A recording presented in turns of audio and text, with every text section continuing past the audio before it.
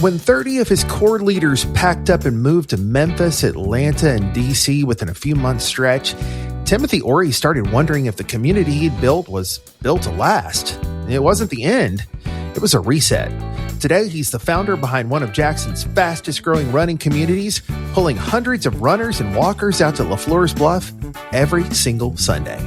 Hey, it's Paul Wolf with a front row seat to conversations on culture from Jackson, Mississippi. We call the podcast Soul Sessions. It's the people, places, and events that make the city with soul shine. On today's show, we're talking with Timothy about how JXN Run Club grew from 4 friends at the Mississippi Museum of Art into the engine behind the 601-day race, a race that sold out twice and pulled runners in from 6 states. It's a conversation built around the phrase he coined years ago and still lives by, that every pace is legal. We sat down with Timothy. He was relaxed and excited to be here. Ironically, I just finished a run, so I got home from the museum trail, hopped in the shower, and now I am ready. I would expect nothing less from an avid runner. Well, JXN Run Club, I know it started with 4 of your friends at the art museum. Is that right? Yeah, so we started in 2019, the end of 2019. I believe it was October 2019. Now, on paper, I always tell people I started JXN Run Club in 2020. It just looks better, and we started so late in the year. But if you are around or if you go back there, if you look in the archives, you will see that we started at the Art Museum 2019, right before COVID ushered in. Every time I see you post something, this phrase comes up, and I know you know exactly what I'm going to say. Every pace is legal. Where did that come from, and why did you bake that into the culture from the start? We wanted to establish a base where everyone felt welcome and seen. Before the Run Club blew up on social media and before the community was really built, I have to go back to Atlanta because I started running in 2016 with Movers and Pacers, and they actually set the vision up for what JXN Run Club is. Me being in Atlanta, me being ushered into that community, it was extremely welcoming. It welcomed everyone with different paces. You had a lot of runners that were extremely fast. You had your, normal walkers and joggers. And believe it or not, I was extremely slow. So I know how it feels to join a community where you're nervous, where you feel overwhelmed, where you feel very insecure about your pace or how someone may perceive you, which in reality, it doesn't exist. So with that being said, we wanted to create a slogan and a phrase too that will resonate with everyone. And that's where we coined the phrase, every pace is legal. Yeah, and we're going to talk more about that inclusivity that JXN Run Club provides. I want to first kind of talk about, we mentioned your days at the Art Museum, and then you were at the District to Eastover for a while. And I remember walking out on the Eastover Trail back before I started running again, and would see your group on a Sunday morning, and there would be 10 or 12 of you. And I was like, man, that's cool. That's a great, it's a great group. But these days you have hundreds of people, and your new home is the Northeast Jackson baseball fields on Lakeland. You get to run through the museum trail and LaFleur's Bluff, and such a great green space in the middle of the city. What's it been like watching it become this kind of gathering point with so many people on a Sunday morning? So many emotions. God is good. It's been a journey starting downtown as we mentioned too at the Art Museum. Going over to the district, that actually is our foundation to, what JXN Run Club is. This is where we went through a ton of highs. We've seen the turnover, as you mentioned, from going from 15 runners to 20 runners to, 60 runners, to 100 to 200 to 300 runners. It has been a blessing, but it's been a lot of hard work. And I do want to mention this. People see the numbers now, but what they don't see is we actually went through a phase where we were averaging around 60 to 70 runners and it actually dropped to around 30 to 40, almost 20, where I felt we had this restart. And I don't talk about this a lot. However, around 2022, 2023, the economy changed. We were still in COVID. A lot of individuals were working from home, and a lot of our core members, a lot of our core leaders, they moved away. We lost 30 members in almost a 3 to 6 month time frame. They moved to Memphis, they moved to Atlanta, they moved to DC. And at that time frame in my head, I was thinking, what am I doing wrong? Why can't we retain? And it was less truly about the retention. It was merely about the growth of individuals outside. And at that point, it was needed because I had to realize that this is a revolving door, which is a blessing because we can help start you on your journey. But ultimately, uh, we don't have the rights to anyone, right? A lot of our members got great job opportunities. One of my best friends, Jordan Barber, he moved to Memphis at that time frame. Danielle was one of our leads too. She ended up moving to Memphis. People often remember the beginning and the end, not before the climax, right? Like, what's the storyline between there? Because that sets the foundation of how your leadership is, how your vision is, how you were able to self-sustain your community. We were blessed and still are blessed to reach 100, 200, and 300. But there were those rough patches where I saw it coming and then it dipped. And once the running boom truly hit social media, 6 months to a year, that's when it started to usher in on our end. It has been a blessing. We're still riding a high, which lets me know from a longevity standpoint that this is not a phase, and this is built on organic relationships, but it's also built on a great business foundation too.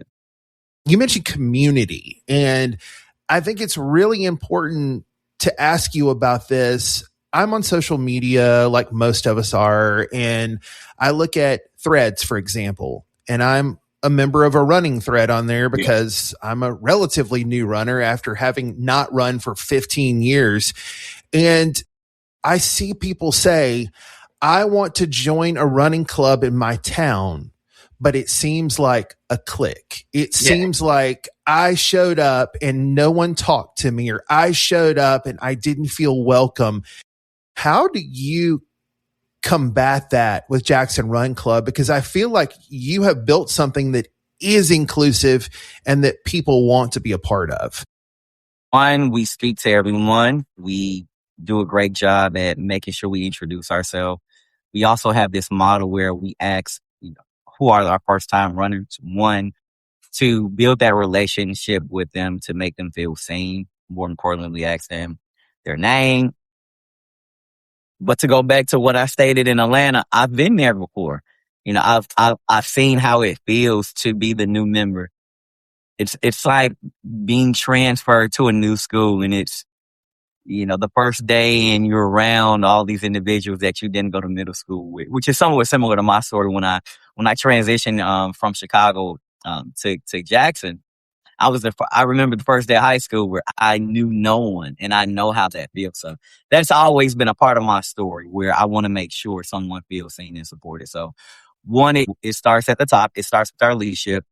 And to our leads also do a great job at making sure everyone feels seen. And we always talk about that, but that goes back to just the individuals that's within the group. Running can be extremely intimidating, especially now, because we as a whole, we focus so much on the numbers and the metrics of how fast are you running, how many miles are you running as well too. So it's so easy to get ushered out of the quote unquote norm of what everyone is running. And especially with social media, you see all these fast paces and all these fast times where you feel less than.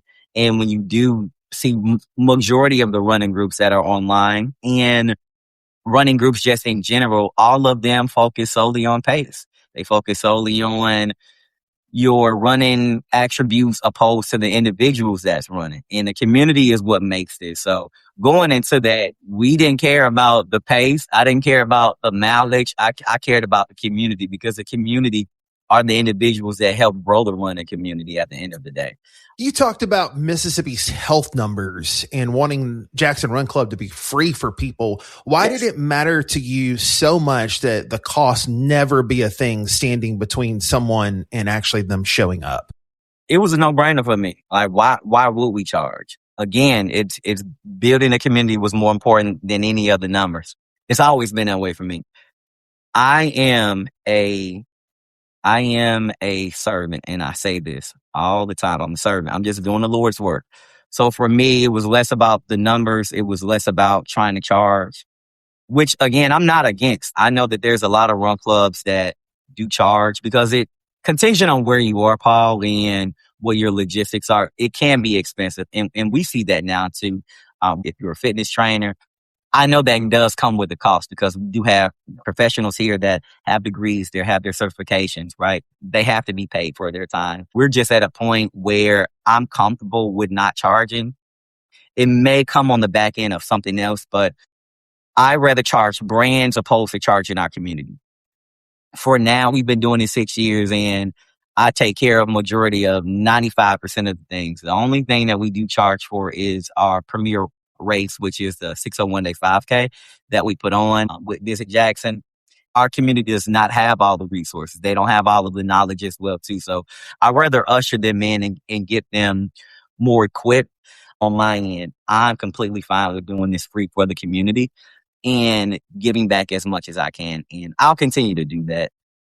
Even from a business model, it makes sense. Yeah, there's so much in that answer. So let's unpack some of that. You mentioned charging brands. You are an ambassador for Lululemon and for Nike. How have they been helpful in building JXN Run Club?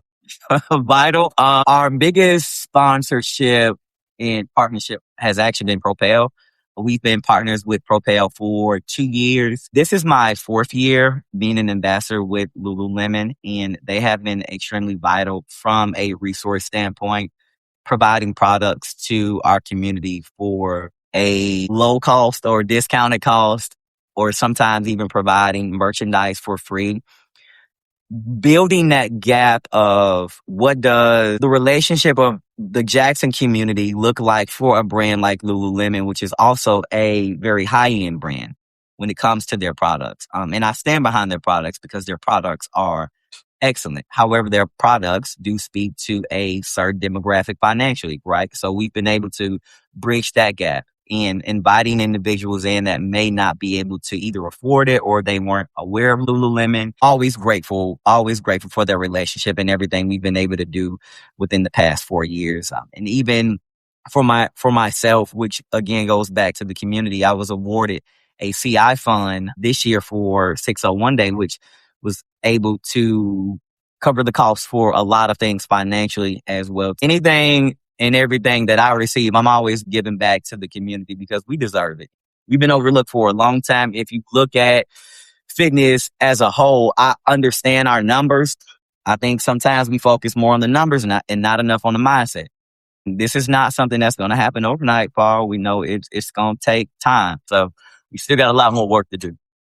You've mentioned the 601 Jackson Day race that started off as a 5K. This year you added an 8K.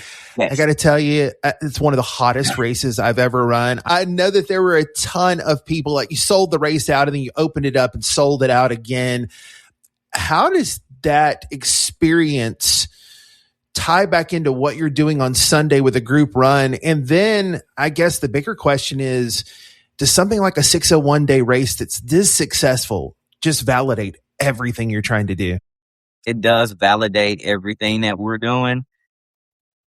And 601 Day has served as a large entree to what JXN Run Club is, meaning number-wise and connectivity to the community, to the citizens of Jackson and the surrounding areas as well too. We've received a lot of exposure, and that has been a great piece of what JXN Run Club is in connectivity. After 601 Day last year, that's when we truly started to see averaging 150 to 175 and going into the 200 numbers. That was our third 601 day. The first 601 day was actually at Howland Miles. That was an inaugural one where I think we may have like 60 to 75. The second annual was on the museum trail. And at that point, that's when I knew. That's when the relationship with the museum trail started to blossom. And they've been a huge part of our success as well. And once I saw the numbers for the second year, I knew going into the third year, which now we hold over in the Belhaven area, which I have to give kudos to the Belhaven Town Center and the community too in Belhaven. They have done an amazing job. 601 Day has transformed JXN Run Club. The numbers that we see after 601 Day has always been amazing. Yeah, the validation is there. We're seeing the numbers. This year we were right at 1,000 for 601 Day, far as runners and attendees.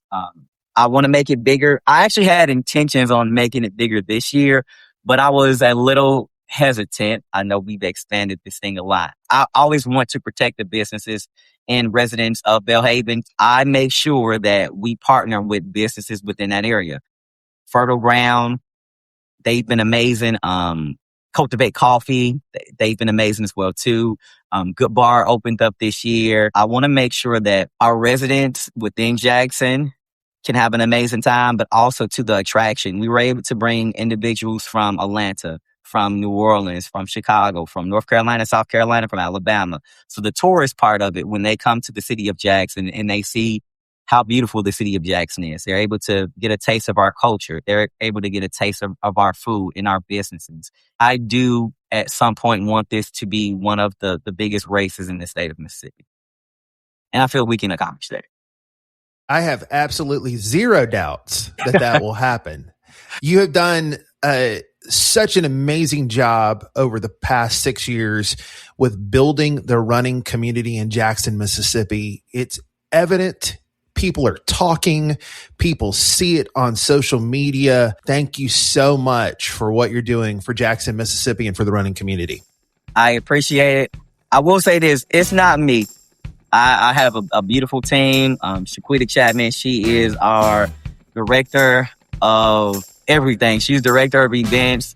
She brings a fire to this run club, and I couldn't do this without her, and all of our leads as well too, and the community in general, Paul. I am only a small piece of this puzzle, but without the community, this does not happen. That is the endlessly passionate Timothy Orey, whose story is about building a community that measures belonging, not pace. We talked about watching runners come in from Atlanta, New Orleans, Chicago, and beyond for the 601 Day race in Belhaven, leaving with more than a finisher's medal, but a real taste of Jackson's food, its culture, and its people. That's the kind of exposure Timothy's chasing, not just for the run club, but for the city itself. He was honest about the hard seasons too, the quiet fear of how growth might slow down, but 6 years in, it hasn't. If you want to feel that energy for yourself, JXN Run Club meets every Sunday at the Northeast Jackson baseball fields on Lakeland Drive, running the museum trail through LaFleur's Bluff. And if that's not enough for you, they have sprint nights and hill nights too. You can keep up with those dates and times on their Instagram. And we'll have links in our show notes to JXN Run Club and 601 Day at visitjackson.com/soul sessions. Soul Sessions comes to you from Visit Jackson, the destination organization for Jackson, Mississippi, the city with soul. Our executive producers are Jonathan Pettis and Dr. Ricky Thigpen, and I'm Paul Wolf, the managing editor and host of these conversations. Your next Jackson adventure starts at our website. Check it out. It's at visitjackson.com. And you know of someone we should be talking to? Drop me a line. It's pwolf@visitjackson.com. Thanks for listening. I'll talk to you again soon.